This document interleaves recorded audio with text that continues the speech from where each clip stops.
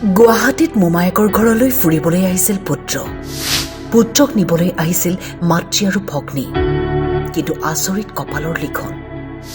শোকাবহ পথ দুৰ্ঘটনাত মৃত্যুক সাবটিলে মাতৃকন্যাই। মৰাণৰ ঝলমত সংঘটিত হ'ল ভয়ংকৰ পথ দুৰ্ঘটনা। ঘৰ পাবলৈ মাত্ৰ 5 কিলোমিটাৰ আছিল। ভাড়া কৰি অনা গাড়ীখনত আছিল 3 বছৰীয়া কন্যা, মাতৃ আৰু 4টাকৈ কুকুৰ। পুত্ৰক নিবলৈ আহিছিল যদিও পুত্ৰৰ লগত নোযোৱাত গুৱাহাটীৰ পৰা উভতি গৈ আছিল মাতৃকন্যা।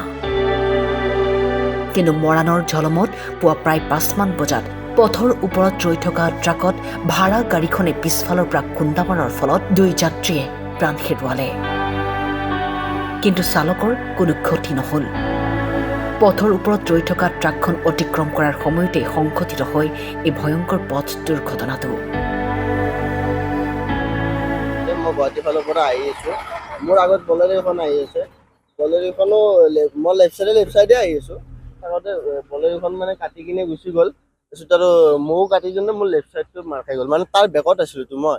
সি যিটো ফ'কাছ লৈ কিনে গুচি গ'ল, তাৰপিছত মোৰো অকণ মুখতটো তাৰ অলপ বেলেগ হ'বই তাত টুকৰ। সিটো আগেই দেখা পাইছে মুখত ট্ৰাকখন। সিও ট্ৰাকৰ লাইন আছে। সি কাটি গুচি গ'ল। মইতো ডাইৰেক্ট ফ্ৰণ্ট মাৰিলোঁ। কিন্তু মই অলপ কাটি দিয়াতে লেফ্ট চাইডটো লাগিয়ে গ'ল। লেফ্ট চাইডটো লাগি কিনে হিন্দী হৈ গ'ল আৰু বাছ। মইতো টুৰিষ্ট পাৰ্মিট ভাড়া লৈ আহিছিলোঁ, বাইদেউ হয় এনে চিনাকি বাছ। তেওঁ মৰাণৰ হয়। 5 কিলোমিটাৰ আছিলে। আহি পাইছিলোঁ, আমি ৰখিছোঁ আগত। যোৱা ৰাতি আমি 8টা বজাতে আহিছোঁ।